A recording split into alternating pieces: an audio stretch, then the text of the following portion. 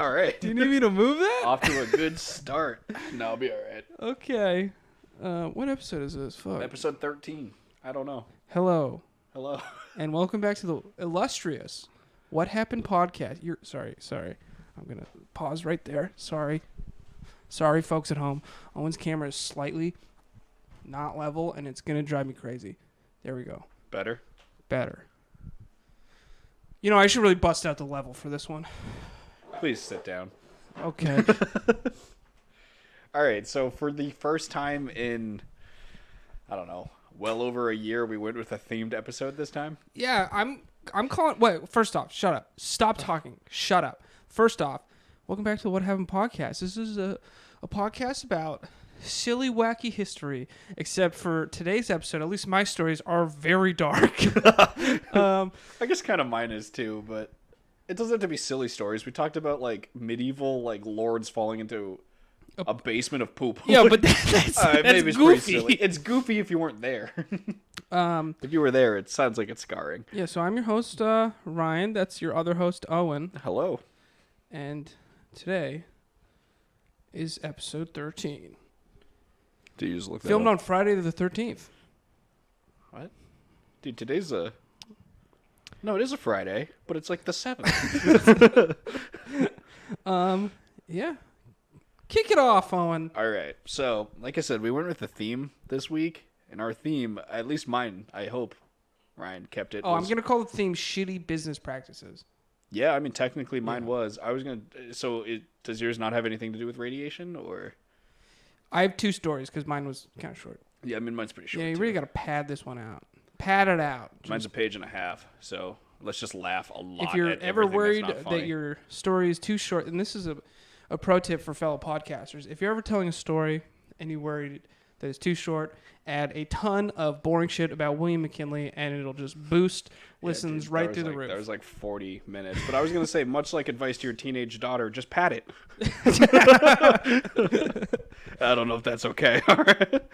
So I'm going to talk about Eben Byers, or Ebenezer Byers, but he decided to go by Eben. But in my opinion, Ebenezer's a lot cooler. You're going to talk about him? Maybe he didn't want to be the Scrooge. Even in these times? Ebenezer Byers.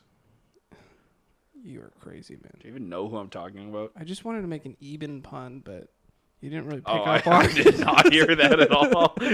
Oh, Eben in these times. Yeah. Is that what you said? Yeah. Yeah, it wasn't good. Continue. Right. So, before we get into this, I have a fun fact of the day right off the bat, and I'm stealing your thunder. I also have a fun fact. It's All right. less fun and more depressing about my life, but continue. So, an article that came out the first of this year, so I think it was either in reference to the 29th or the 30th of December. Okay. A rare weather phenomenon causes it to rain fish in Texas. Wait, really? Yeah, it just happened again. Whoa. That's crazy, man. So earlier this week, residents of Texarkana. Is that like on the Texas-Arkansas line? I think so. That's not a creative It's name. also, I think, a line of gas stations. Why do you No, that's Texaco. Texaco. Yeah. Why do you know Bobby. Texarkana? Because there's beer in Texarkana and we're down Louisiana. It's from Smoking the Bandit. Is that Bob Dylan? Loaded up and trucking. Great Either song. way, so just the fun fact was fish rained from the sky in this small town. Obviously, it was they said it was because of a water spout, like a little water tornado sucked the fish up. Then it rained down fish. What kind of fish? Just said fish. Did some random wild man taste them? Yeah, right. And just be like, that's all fish. Yeah, we could go back into that whole. That's not fish. That's episode. pussy. Either way, that's my little fun fact of the day. I just liked it because it linked to the episode a couple weeks back. My fun fact for the week is that if I sound sleepy or manic, it's because I got off of a 32-hour shift. I worked 48 earlier last today. week. Who cares? Yeah, but you also did very little work, Yes, I as did. you've stated. Yes, I did. Either way, back to the story. All right, so Eben Byers. So in the early 20th century, medicine was still very much a work in progress. Mm-hmm. Doctors were prescribing cocaine and other harmful elements to their patients with the full intent of helping. Like that scene in Red Dead Redemption 1 where you meet that weird doctor guy and he's yeah. just shooting himself up with morphine. Yeah, and he's like, has no idea. He's a hoax. He has no idea what he's doing the whole time, right? Isn't that the thing? I forget. And then It's don't you been have a to, like, while. isn't there like you have to like race his cart or something? You started this, so I'm It's just going been to a talk while. about it. I just remember that one shot of him using that old timey syringe to just shoot himself up. So naturally, here comes the story of Eben Byers, the man who swore by and died by Radiator. Radiator. Yeah, or excuse me, Radathor. Radiator. That's cool. It's either name. Radathor or Radathor, but I, like assume it's like Radathor. radium, so Radathor Yeah. is my assumption, but I don't actually know how to say it properly, so I guarantee you I'm going to be saying it differently every time I say it. Right on. Is what it is. So Radathor, or in other words, radium, which is highly radioactive, believe it or not, was basically just a combination of radium and water, and then sold to the public, which seems like, pretty good for the public. Ryan's not paying attention at all, but that's fine. Sorry, I gotta make my font bigger for my story. I forgot to do that. So ironically enough, the slogan for Radathor was, quote, "a cure for the living dead," unquote. Wait, really? Yeah, That's strange. I think it's really funny. Also on the label itself, it says, quote, "certified radioactive water," just on the bottle. Like, there's like so many red flags to people nowadays to be like, don't buy this. But we're trying to get out of bottled water anyways, you know? That's a good point. So just put Box some radium, water. put some radium in it, and people stop using it. Yeah, just put mean harmful plastic. chemicals in the plastics, and then that won't cause any problems when they eventually throw it in a landfill. That's a good point, actually, because it's not like anything eats it, right? No, actually, microplastics are all over the oceans these days. Oh, yeah, preach. You know, bioaccumulation and whatnot. Hashtag for ocean. They'll, like, clean up the crew. Either way. Support today. So, Radathor was manufactured by Bailey Radium Laboratories in New Jersey. The company was founded by William J.A. Bailey. So, someone with two middle names is a good guy. Believe it or not, Bailey was a Harvard University dropout who falsely claimed that he was a doctor. Oh, really? So that's a good start to any company. So he became incredibly rich off the sale of Radathor, which I said was the solution of radium and water. And his claim was that it stimulated the endocrine system. So he just put some random shit in water and was like, "This will make you feel better." That's so he's correct. literally a snake oil salesman. Yes. Okay. And- What year was this? Sorry. It came into market in 1918. So way past when 20th. snake oil should have been. Already debunked. Yeah, but but the thing is, like, it was, I mean, medicine was still not advanced. and back it was then, radium, and no one knew at the time any. But, we adverse just eff- discovered radiation. It must be great for you. Yeah. Well, okay. So I do have a quote saying that they understood that in large doses it would kill you, but they thought in small doses it would be good for you. Oh, much like microdosing shrooms. You know, there are Yes. clinical trials happening right now. They're going to give Like, shrooms actually? to first responders to see if it makes them feel better. Well, like me. So Yeah. if I like pretend I'm really sad because I'm not at all, So you can just come into your job next week just high as fuck and be like, "clinical trial, bitch." and then attempt to give medications while completely gone. But you giving medications is like you fighting someone that no one else sees with like a towel in the Yeah, corner. I'm fighting a demon with a syringe in my hand. And you're like, "I must medicate you." So either way, he was able, or so many physicians bought into this drug because he offered them a 1/6 kickback on each dose prescribed. I don't know. Fucking big pharma, dude. Yeah, exactly. So this product was launched in 1918, like I said, and the U.S. took it. Jesus Christ, to the U.S. and it took the market by storm. Although the uses of Radathor were vague, it was used countrywide by doctors and laymen alike. So basically, it hit the market. Everyone was like, I really like this product. It's radium and water. It's just fucking radioactive Even water. though they had like literally zero like evidence to support that it helped anybody, I assume? Yeah, literally. So all he said was it supported the endocrine system with no, like, what do you call it? No research to back that up. Yeah. And then basically everyone that took it, it was just like the placebo effect. Oh. Everyone nice. was just taking it being like, yeah, it makes me feel great, even though it was probably just fucking killing you from the inside out, but I digress. So here comes Eben Byers, or Ebenezer McBurney Byers. I keep saying his McBurney. last name. Yeah, McBurney. So he was born April 12th, 1880 in Pittsburgh, Pennsylvania, of all places, to a wealthy industrialist, Alexander Byers. Apparently his name's important, but he just owned a like an iron company. Oh, okay. You know, the Pittsburgh Steelers. Pittsburgh was big in the iron company. Oh, the Steelers. That's the whole point of the name. I'm more of a Green Bay Packers kind of guy. Packers. I don't What know. are you, a bandwagoner? Don't they hate each other? Or is that the Oilers? The Are they around anymore? No, that was Houston. Oh, okay. No, they're Okay. the... Never mind. Do you know who the Houston Oilers are? I watched a now? hockey game last night. Yeah, is that why you asked if the Minnesota Wild were good? Yeah, I just wanted to know if I was sitting ringside for like a good reason, but it turns out I was not. I did see a Oh, couple... you were at the Garden? Yeah. Ah, I did see a couple good fights, though. there you go. Sorry. I know I'm derailing Tangent. you. Hey, but we said we had to pad this. it is so funny to me that in professional sport hockey, if two dudes just throw off their mitts and start beating the shit out of each other, the refs just have to stand back and be like, I wonder how long this is going to take. Yep. And then they only stop it when one guy goes to the ground. Yeah, exactly. Sounds fun, right? No wonder all of them have brain damage and like 6 teeth. I was just about to say the teeth thing's a big one, too. Every time they smile, it's like, oh, God. they pull off their mitts and then spit out their mouth guard. Yep. Yeah. Which, you know, sport. safety third. That's literally how I live my life. Great so. sport. So Byers was educated at St. Paul's School and Yale College, Ooh. where he earned a reputation as a sportsman, Ryan. Playing You hockey? love sportsmen. No, he was a golfer. Oh. He was the U.S. amateur golf champion of 1906. And he came in second place in 1902 and 1903. So, big golf guy.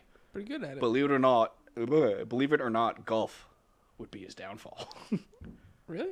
Just said, actually, no, sorry. There were two different reports. One said he fell on the golf course and hurt his shoulder, which, like, what a bitch. Another one says that he, quote, fell from a railway sleeping berth, which I Googled, and it's just a fancy bed in a train. So I would like to believe he fell out of a bed in a train more than he just tripped and fell on a golf course. Yeah, sir, that Your radiator's radiator's really just loud. going off. We haven't even touched the heat. Yeah, I know. It's always super loud. Dude, I set the heat, tangent. I set the heat last night to 62 degrees. I woke up at 3 in the morning with my room being 78 degrees. I was so pissed. It just fucking heats up so fast. Either way.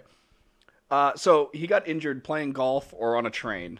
I don't know what, but he injured his shoulder. And naturally, the doctors back in the day were like, yeah, I'll just give you some Radithor for the pain. Like, it should help the pain. Even though it's not prescribed for pain, it's prescribed for your endocrine system, apparently. Yeah. So Byers got fucking hooked on it because it said that it, quote, gave him a, quote, toned up feeling. So the initial prescription is 1 spoonful a day.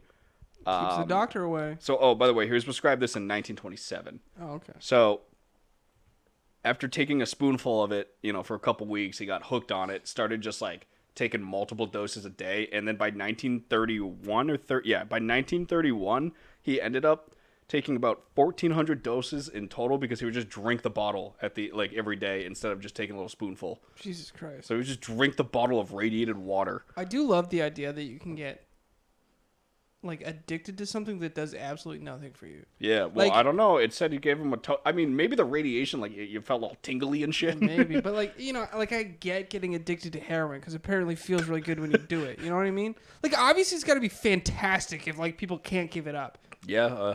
But okay. then you think about the people that like are addicted to like rubbing balloons together or like dressing up as a baby. You know what I mean? Like, That's a good this point. provides you literally nothing and you can't stop doing it. Dude, human psychology is a very weird Fucking area. wild, man. Yeah.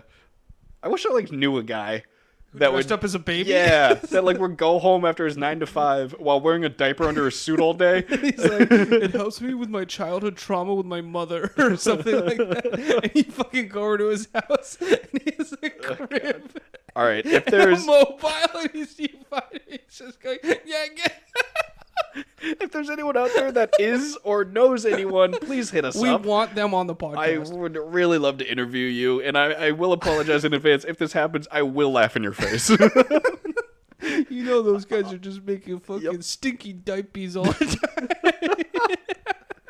Do you think they ever get people to change? Yeah, of course they do. They probably all right, this is what they do. They probably marry someone, hide it from them for a while, and then once they're 4 years into the relationship, they drop the bomb because she either has to be like, okay, I can either divorce him and ruin my life, or I have to go along with this. Meanwhile, the old project car under the tarp in the garage is really their crib. Oh, God. So, back to Mr. Eben. So either way, Eben took a estimated 1,400 doses from 1927 to 1939, and naturally drinking just radiated water. I'm really warm. Sorry, you want me to turn that in the heat? No, it's I fine. gotta grab a beer anyways. If you want to just leave halfway through my story. Yeah. Yes. Is that your shoulder or your elbow? Bro, why is it just cranking in here?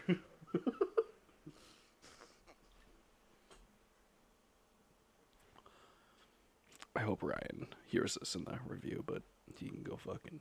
Ah, Jesus Christ. He's coming back. His father doesn't love him. What's up? 65. I left you a little message. Okay, fine. What'd you put it to? 62? Yeah. It doesn't help that your radiator is literally the size... And? No, Cut. Jesus Christ. Continue. All right, so taking 1,400 doses in the span of like 4 years of radiated water apparently isn't very good for you. So, Eben found this out when his entire lower jaw fell off. Oh, did he have radium jaw? Is that a thing? We will Maybe get was that there. because of him? We'll get there. But his entire lower jaw fell off. So he lost weight, and so this is to start the fact, but he lost weight, and he had just frequent headaches, and his teeth began to fall out. So in 1931, he decided to stop taking this. Really? So the Federal Trade Commission asked him to testify about his experience because they were trying to sue, like the Trade Commission was trying to sue the Bailey Corporation because they were selling people radiated water. As medicine. Exactly. Yeah. But he was reportedly too sick to make the travel to the lawyer, so a lawyer ended up coming to his house, and the lawyer described him as, quote, his whole upper jaw except for 2 front teeth and most of his lower jaw had been removed, and all that remaining was bone tissue of his body was disintegrating, and holes were actually forming in his skull. Jesus Christ. And this guy's just alive. Also, the lawyer reported that he was in, quote, no pain. Probably because, like, the radium just destroyed his nervous system. Yeah, and that makes sense. Yeah, because... But his endocrine system is Dude, through the roof. it's all that matters. All that heavy metal. Yeah. So that... Just... Poor Byers just had an absolutely tough go in life. So, doctors attempted to create a fake jaw for him. But, like a I don't know if you've prosthetic? ever looked at, like, any, like, World War I prosthetics. Not great. They're not great. And this is 1932, so it's a little further along, but still, like... You know, I might wear it like Eben just Yep. because they tried. I'm sure everyone's laughing at home. I did my best, audience. So either way, even though he's missing his whole lower jaw, he still looked gross. Yeah. No offense to him, but he looked pretty gross. So he died a very slow and painful death. He died March 31st, 1932, and it was attributed to radiation poisoning, believe it or not. Wouldn't have guessed. He was found to have multiple cancers and acute radiation syndrome. Because Checks out. Yeah, so he's currently buried in Allegheny Cemetery in Pittsburgh, Pennsylvania, and is buried in a lead-lined coffin. Oh. So it is reported that he died... Oh, I already said that. Sorry. One report states that his vital tissue and organs were also disintegrating inside his body while he was alive. It sounds just goopy. I mean, I feel like if your jaw falls off, your stomach can't be doing great either. Or, like, you know, all your intestines at the radium just, like... Also, everything. I doubt you have much of an appetite. Because then your kidneys would get fucked and your liver because it would be in your blood. Literally entire body would get fucked. I'm surprised he lasted that long. I'm surprised he didn't turn into the Hulk. Or just like one of those... the ghouls from Fallout. You just come see... Welcome to the store. Come see Eben one day and you're like, what the fuck? Like... Jesus Christ, you got any caps? All right, so the Federal Trade Commission issued an order against Bailey's business to cease and desist from various representations theretofore made by them as the therapeutic value of Radithor and from representing that the product's Radithor is harmless. 1932 talk. They basically just... What's just contract talk in general? Yeah, they made them stop making Radithor because they claimed it was harmless. And turns out drinking radiated water is harmful. Now, are you allowed to sell it if you put on the package that Like it danger? is harmful? Like, because they're allowed to sell cigarettes, but they just have to And put it like does say it's this harmful on it, product yeah. is associated with risk of heart disease and cancer. So I got a business idea for you, and it's not going to be a popular one. Okay, we go to some cave, we find a bunch of radioactive shit, Yep, and then just liquefy some nicotine, put it in there, so they have to have it. and then we build a bomb. What's your target, Ryan? What's your target? I'll probably that fucking. You picked the one country. Needless to say, that's getting cut out. Do you think if they get hit again, like Oh my a God. lot of them will survive because they have that in their DNA? I don't think I don't think you build up an immunity to radiation.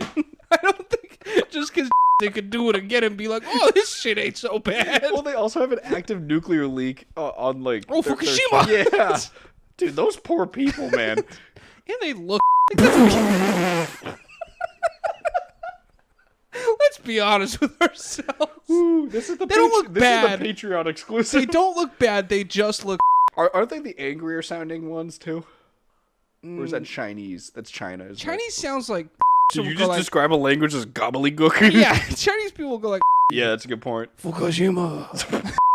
So the Federal Trade Commission made him stop making Radithor, but he later founded the Radium Institute in New York City and marketed a radioactive belt clip, a radioactive paperweight, and a mechanism which purpose was to make water radioactive.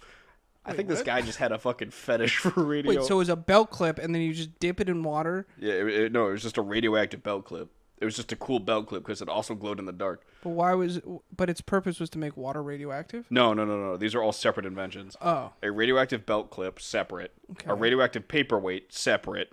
And a mechanism which purpose was to make water radioactive. Oh, okay. So this guy just hated a lot of people, it sounds like. But he loved radiation. Should have looked up how he died. Probably radiation poisoning, I would imagine. Yeah, I would hope. Yeah. So Byers' body was exhumed in 1965 by the MIT physicist Robley Evans. That's a sick name, Robley. He estimated that Byers' total radium intake as about 1,000 microcuries. I had to look that up because they put the symbol in there, and what the fuck was that? Do you want to know why it's called a microcurie? Or 37 megabecquerel. Megabecquerel. MEGABECQUEREL. I actually have fun facts for both of those. You want to know why they call it a... Well, because Curie. Yeah, because Marie Curie was the first woman to invent radiation or discover But it. then I looked up... She invented the X-ray or something like that. Do you want to know why they call it a Marie Curie? Quirrell? Megabecquerel. Because Professor Quirrell in Harry Potter was very... I don't know.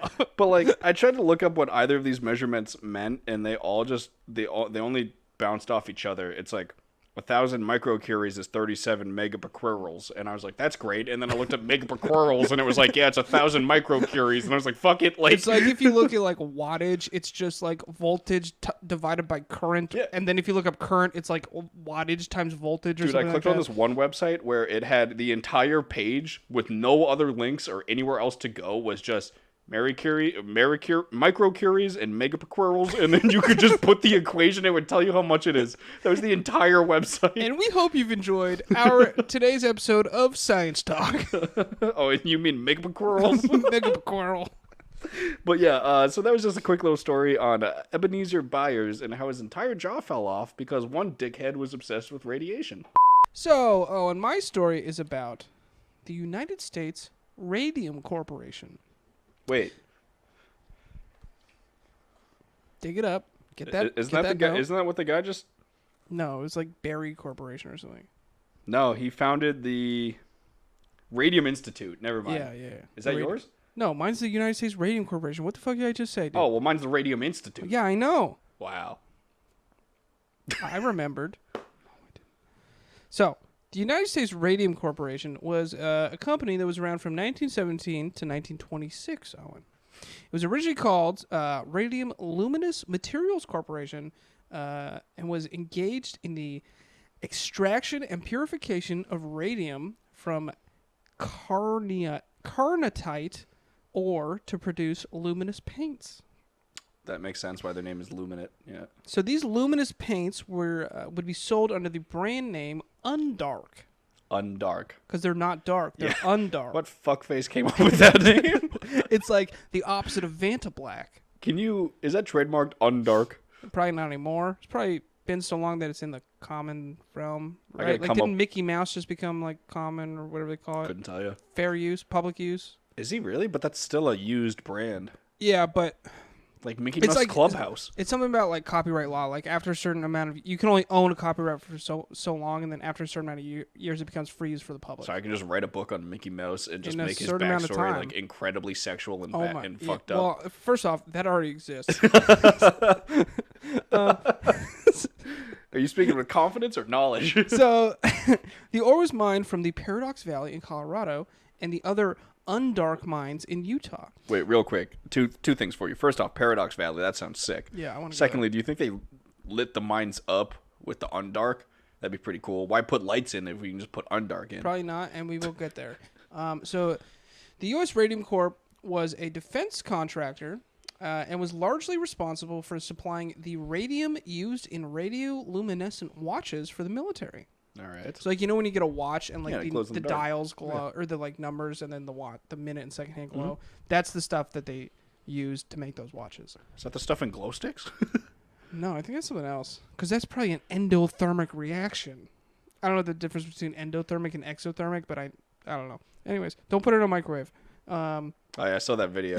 It's like, Kevin, your nice shirt. And he's just like, God damn it, Kevin, what did I tell you? And the kid's screaming. All over your nice shirt.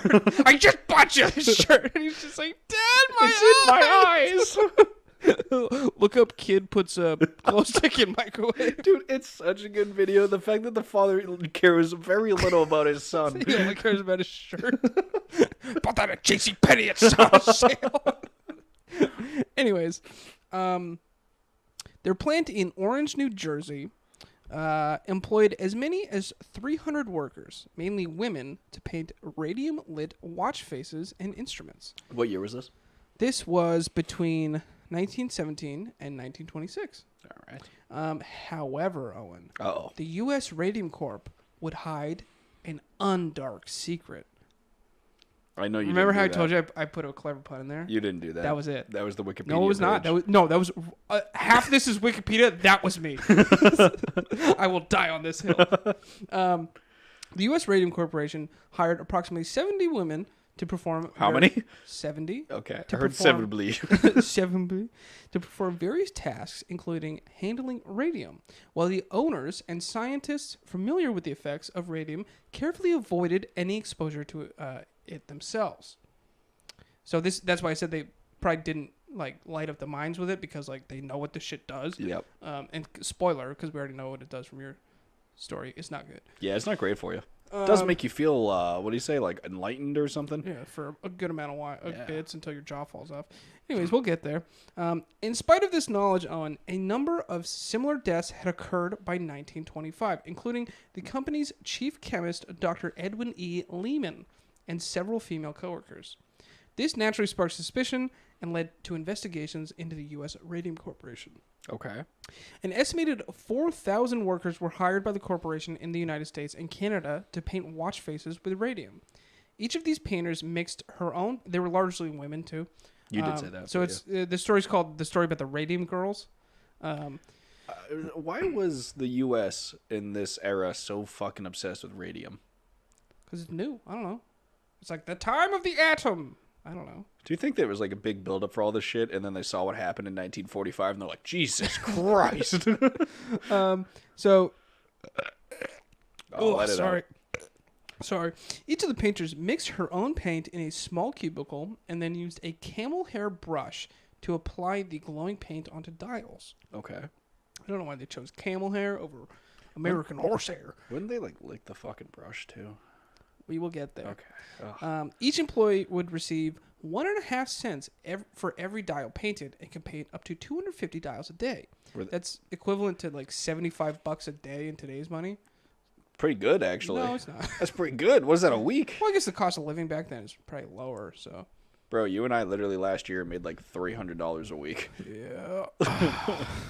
So these brushes would lose shape after a few strokes. So the U.S. Radium Corp supervisors encouraged their workers to point the brushes with their lips or use their tongues to keep them sharp. So basically, like, go, like, put them in your mouth and go, and then it'll straighten out the brush, you know.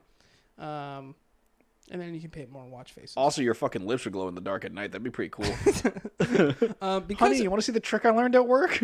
Because none of the workers knew what radium could do to a person, they would often paint their nails, faces, teeth, and bodies for fun during their downtime. I feel like that's stealing from company property. That's what I thought, too. That's what, you know what? That's fucking karma.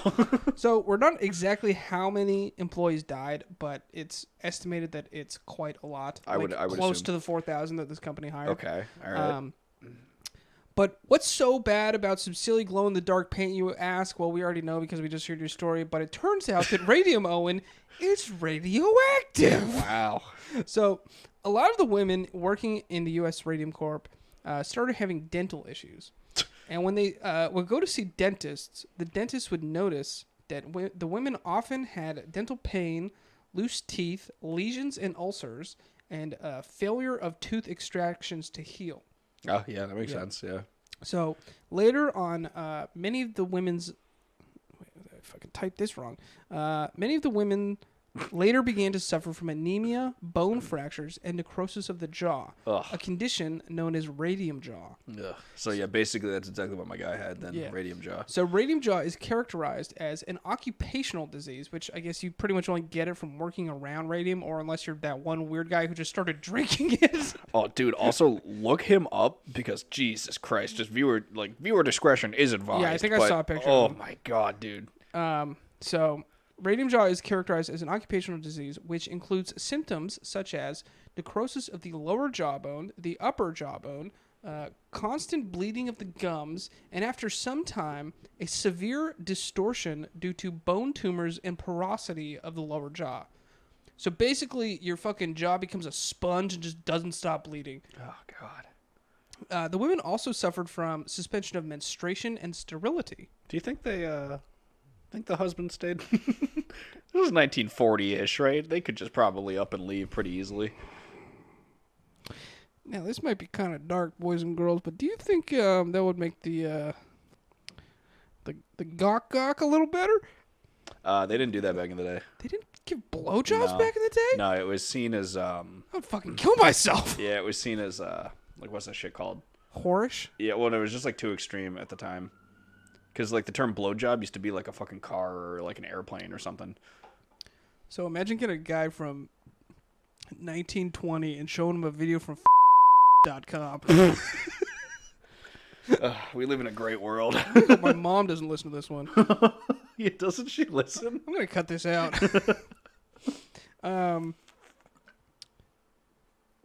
So meanwhile, in the U.S., the U.S. Much like my dick, we got to do a lot of cutting on this one. So you're circumcised? Meanwhile, the U.S. Radium Corporation and other watchdog companies rejected claims that the afflicted coworkers were suffering from exposure to radium. Well, obviously, it was just a natural phenomenon. Yeah, just women be women, dude. In 1923, the first dial painter died, and before her death, her jaw fell completely off of her skull. Yeah, that's pretty fun. So just like your guy, your just lower jaw falls off. Also, my guy was taking it after that. You'd think he would have known. Yeah. It's just well, they called crazy. It Radiathor, not radium, I guess. That's a good point, but it did say radioactive water on the label. That's It true. literally said it on the label. It had two ingredients, radium and water. Buyer beware, I guess.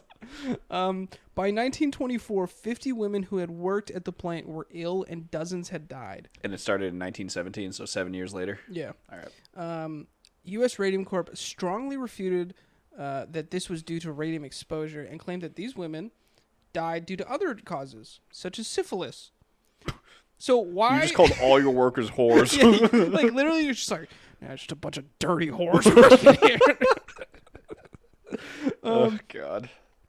So the inventor of radium dial paint, Dr. Sabin A. von Of course, he's a German. Sokochi died in November 1928, becoming the 16th known victim of poisoning by radium dial paint. So by like specifically this company. He was just the inventor of it. I think he probably sold it to various different companies because I think there were multiple companies doing work like this at the time. He had gotten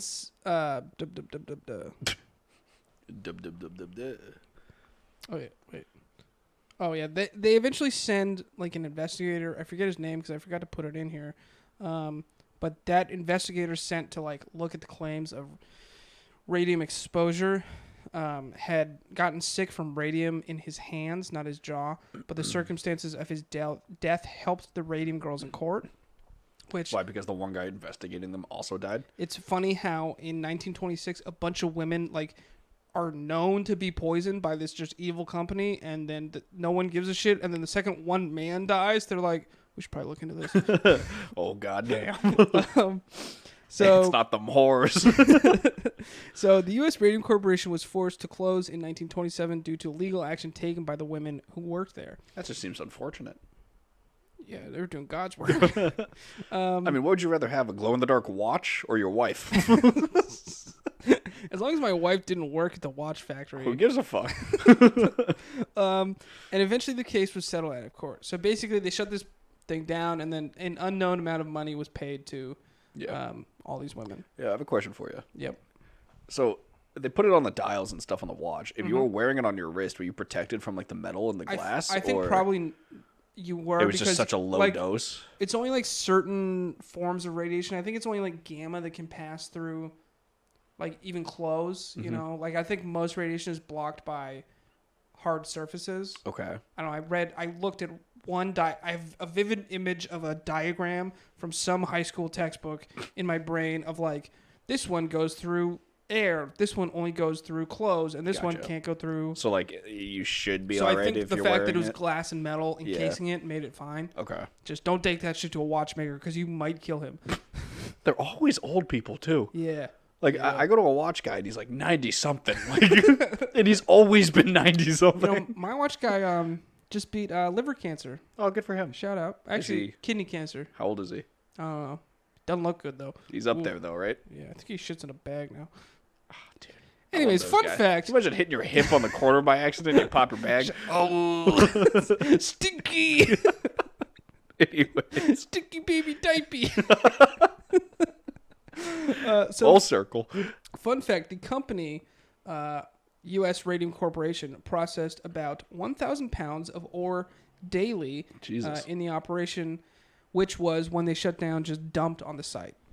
And this was in 1927. I meant where, but no, I forget. I don't know. Didn't write it down. Who cares?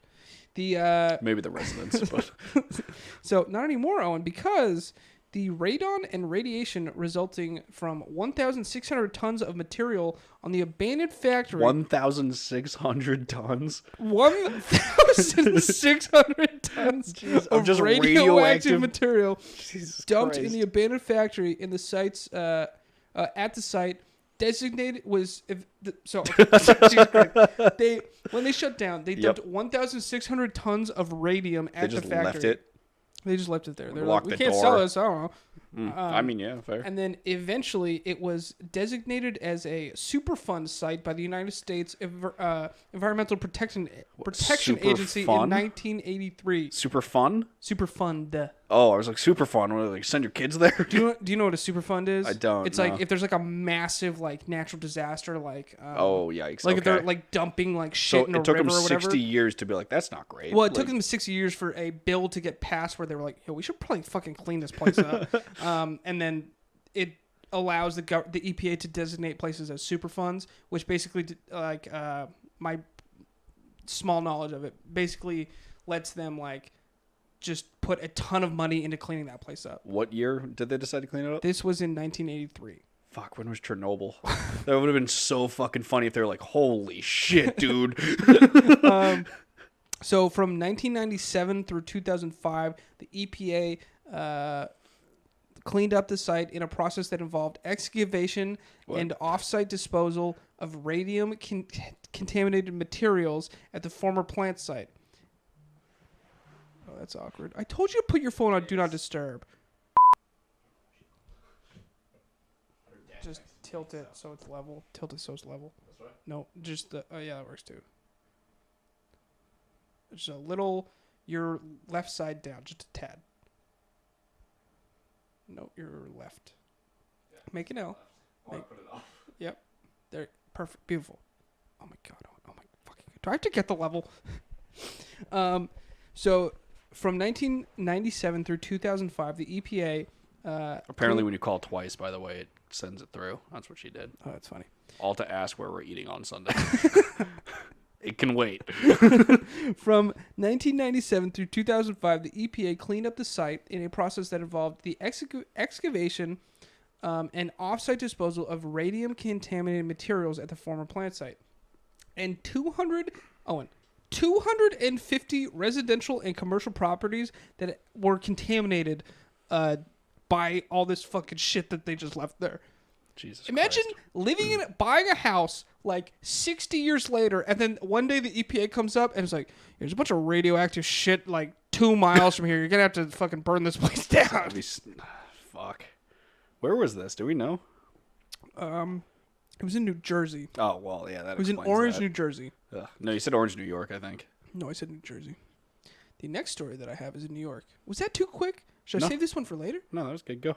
Okay. I mean, you only have one more story, right? Yeah. Yeah, go. Yeah. Okay, Owen.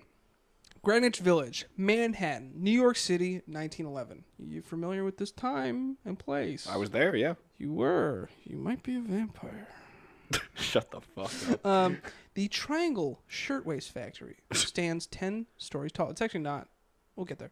The factory occupied the 8th, 9th, and 10th floor of the 10-story Ash Building on the northeast corner of Green Street and Washington Place, just east of Washington Square Park. So it's just in this other building, and it takes up the top 3 floors. Okay. Right? So under the ownership of Max Blank and Isaac Harris. Max Blank, like you don't know his last name, or that's his last name? Blanck. Max Blank. I wonder if he has kids. Because he's shooting blank. I knew it was going there. Just continue. Under the ownership of Max Blank and Isaac Harris, the factory produced women's blouses known as shirtwaists. Shirtwaists. Yeah. Okay. Oh, fuck. Oh, my God. The factory normally employed about 500 workers, mostly young Italian and Jewish immigrant women and girls, who worked 9 hours a day on weekdays and plus 7 hours a day on Saturdays. Sounds like a vacation, dude. This was wrong with America. They don't work enough. Their earnings from this 52-hour work week would be between $7 and $12 a week, the equivalent of $191 to $327 a week in 2018 currency. Or That's 4 years away. it's basically like $6.30 an hour. All right. Yeah. So, but boy, oh boy, Owen, is a story about some women's blouses boring. So let's kick up the heat. Oh God. What do you got? At approximately 4:40 p.m. on a Saturday, March 25th, 1911, as the workers the workday was ending, a fire flared up in a scrap bin under one of the cutting tables on the northeast corner of the 8th floor. The first fire alarm was sent out at 8:45 p.m. by a passerby on Washington Place who saw smoke coming from the 8th floor. Okay. So, fire goes up, and some guy outside is like, "Damn, bitch, she going up," and then calls a fireman. I don't know. You pull the box, but yeah. They have boxes back then? Yeah, that's how they called the fire departments. Like Top Cat. He would always use the fire phone to call his friends, and then the fire department would be like, "Top Cat!" You know, like those things like in the high schools and stuff, those are still boxes. Oh, when they say striking the box. Yeah, that's what that means. Or when they go like, striking box 3118 or Dude, whatever. it's the most annoying fucking thing. I'm going on my own tangent, okay? Because every time a fire alarm goes off, if like the boxes are like 8 different digits and it goes twice, and it's like we have like old-fashioned bells throughout the whole fucking firehouse, so it'll be like 2 a.m. and it'll just be this loud bell going like fucking 15 times in a row, and then it'll stop and it'll just go all over again. So annoying. My favorite thing about fire departments is I had to sit in on a 9/11 ceremony at a firehouse, Oh, God. and they do this thing called, I forget what it's called, but they like because the bells, like, it signals the firefighters to get out of bed or whatever, so it's deeply symbolic or whatever. And so to commemorate the lost heroes of 9/11, they do this ceremony called, like, tolling the last bell or something. And you literally just have to sit there for, like, 5 minutes as they slowly ring a bell, like, 40 times. Yeah, and it's a loud-ass bell, It's literally right? just, dung, Yeah. dung, for, like, 40 minutes. Yeah. And you're just like, Jesus Christ, can they fucking speed this shit up? Anyways, RIP to all the heroes of 9/11. Let's continue. Both owners of the factory were in attendance and had invited their children to the factory that afternoon. So apparently Max Planck doesn't shoot blanks. The fire marshal concluded that the likely cause of the fire was a disposal of an unextinguished match or cigarette butt in a scrap bin, which held 2 months' worth of accumulated cuttings by the time of the fire. Okay. So beneath the table in the wooden bin were hundreds of pounds of scraps left over from the several thousand shirtwaists that had been cut at that table. Okay. It's like 1,000 pounds of just like dry fabric. Yep. And someone's like, Joe Camel is cool. And, and flicked it right on the pile. Yeah. So the scraps piled up from the last time the bin was emptied, coupled with the hanging fabrics that surrounded it. The steel trim around the like bin was the only thing that was not highly flammable.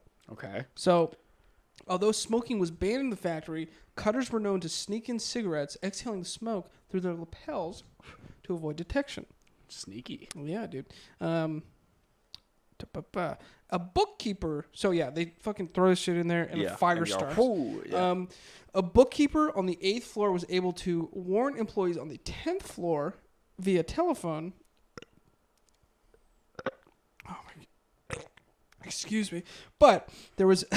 Yeah, that's definitely what they want to hear in their ears. But there was no audible alarm or any way to contact the people on the 9th floor. Okay. According to survivor Yetta Lubitz, Aren't there stairs? there are, but the fire spread so quickly that it quickly cut off a lot of the stairwells. Okay. According to survivor Yetta Lubitz, the first warning of fire on the 9th floor arrived at the same time as the fire itself. So by the time that the 9th floor hears about fire, it's because there's fire in the room with them. Yep. Not great.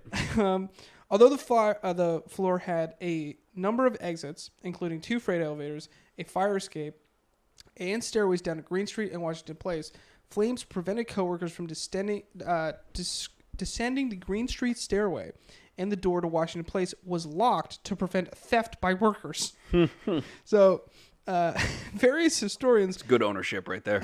Various historians have also ascribed the exit doors being locked due to the management's wanting to keep out union organizers due to the management's anti-union bias. I get it. Which, if you're locking your coworkers in there or your workers in there, you're probably not. No, you're not working them in there. No. $6 You're locking the union out. But in turn, locking the workers in there. You're locking the union out. That's clearly how they looked at it. Yeah, so these doors are locked and like nobody can get there, and all the fire nobody can get out of. Yeah. So one of the stairwells is not engulfed in fire. The other one is, but the one that's not engulfed in fire is locked. So yeah, the foreman who held the stairway door key had already escaped by another route. Oh, dude, I would dip the fuck out of there. So I don't give a shit. basically, the one guy that can save all these people, he sees fire and he's like, "See you, bitches." Do you blame him? No. Yeah, I might throw it on the floor and be like, fend for yourselves. Yuck it in the window. So dozens of employees escaped the fire by joining up on the Green Street stairway to the roof, right? Or by going up the stairs rather than down coming the stairs. back down, yeah. Yeah. Other survivors were able to jam themselves into the elevators while they continued to operate. No. You never use an elevator in a fire. This is, believe it or not, before many fire codes. Within 3 minutes, the Green Street stairway became unusable in both directions, up and down. Okay. Terrified employees crowded into the single exterior fire escape, which city officials had allowed Ash to erect instead of the required 3rd staircase. Okay. So normally they need 3 staircases, but they're like, hey, just put it in a fire escape, you'll be all set. You got an exit. However, the fire escape was described as a flimsy and poorly anchored iron structure that may have broken before the fire. Oh, Jesus Christ. What What did like one guy get on it and just? As workers rushed down the fire escape, it soon twisted and collapsed from the heat and overload, spilling about 20 victims 100 feet to their deaths. Onto the concrete pavement below. Bro, Wait, is it concrete or is it pavement? Get your shit together, Wikipedia. Imagine being like one of the fucking people watching that thing on fire.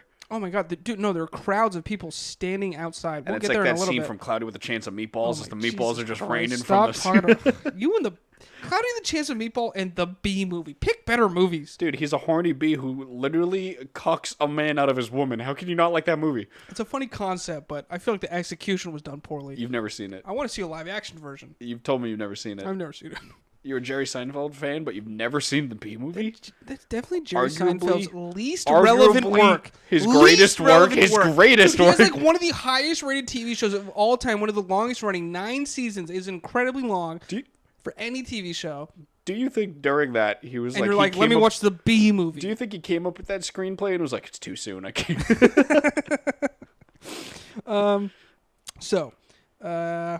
Where was the fire department, do you ask, Owen? I didn't. I'm sure you did. The fire department arrived quickly, but was unable to stop the flames as their ladders were only long enough to reach the 7th floor. What year was this? 1911. Oh, fuck. So they're showing up in horse-drawn carriages and Yeah, shit? and they were like, "Damn, bitch, the ladders ain't long enough." Fuck that, dude. So, So the workers who remained in the factory. Sorry. Real gassy. The workers who remained in the factory had 2 choices: to stay in the burning building until flames and smoke engulfed their body and they died in horrible agony, Sounds like my biggest fear, yeah. or jump from anywhere between 8 and 10 floors to their deaths. And 62 people decided to jump. I would jump. It's a quicker death. Yeah, it's true. I'm not going to sit in a room and slowly asphyxiate. Yeah, but you might find just a wet rag to douse yourself in. You might land on a bush like the guys and the other guys. They lived. Aim for the bushes. Do you think they did that? Like you and your friend were standing on their fires behind you, and you look at him and go, aim for the bushes. And then This is on a main thoroughfare in New York City. I doubt there are any bushes. That's the joke. It's also in the other guys. There's no bushes. Yeah, I get it. Would you cannonball it? Would you at least have fun with the jump, knowing it's your last jump? Jackknife! Pencil dive. I feel like you gotta at least have fun with it. Or maybe one of them was like training to be like an Olympic diver, and he did does some some cool like twists and shit? Like the guy on the street sees like 2 people just sort of flop out, and then one do like a triple backflip with a tuck and roll, and he fucking lands he lands the guy just like 10 out of 10, no splash. No, I was gonna say you gotta chirp and be like, too much splash. So, also interestingly enough, the fallen bodies of the victims made it very difficult for the fire department to even get to the building. You know, I kind of forgot we were talking about a lot of people dying. Yeah, gotta keep it light. So, Like a croissant. all in all, 146 people died Jesus in the Christ. fire, making it one of the deadly. Actually, making it still to this day the deadliest industrial accident in New York City and the entire U.S. Yikes. I like how it's specified by industrial, though. Yeah, I mean, it's not counting 9/11 in that or anything. Yeah, I was literally just about to ask what was the worst, but I didn't want to bring that. Yeah. Also, just quick conspiracy. Oh, I love conspiracies. So the 2 owners were briefly investigated for arson claims because nice. at the Prior time, to or no, after this, because okay. at the time it was like pretty commonplace to, once the garment that you were making like went out of fashion, or if you had too much like surplus inventory that you couldn't sell, you just like burn that shit down and then get an insurance claim out of it.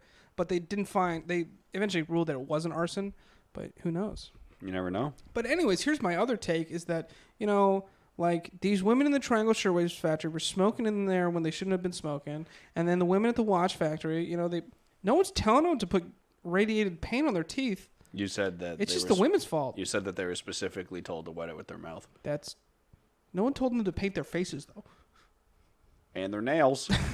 That's a good point. See, it's all women's fault. It all comes back to women. Every time. I probably shouldn't say that. I almost made a worse joke, but It's a joke, folks. they're right. Anyways, we hope you enjoyed. That was this episode of Radiation and Deadly Fires. Yeah. Asshole places to work. Basically. Yeah. Yeah, or just asshole people to work for, I guess, too. Yeah. Or trust. I don't know. Just don't drink radiated water.